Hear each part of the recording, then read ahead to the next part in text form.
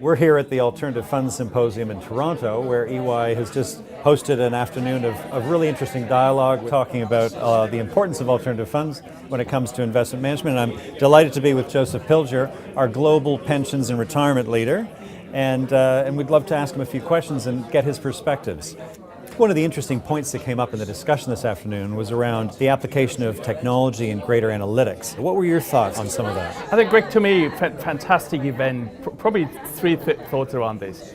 I think organizations are focusing on data analytics and really trying to get into it. Mm-hmm. But to me, it's too little, too late. Okay. When I look at the threat around artificial intelligence and what could be done and the pressures that the industry is undergoing, I think much more could be done in this space. Josef, one of the things that the research is showing is that cost cutting is becoming more and more important for alternative funds and for asset management in particular. What are you seeing globally around cost cutting efforts? Cost cutting is an interesting aspect. What we're seeing is most organizations around the world are focusing on it to essentially compensate for margin pressure. Mm-hmm. But the aspect that many organizations are missing is that the need to do it sustainably and systematically, and that is really to fundamentally look at business models, look at target operating models, look at the way you do business, right, to make the whole cost-cutting exercise sustainable. And those aspects we see far too little.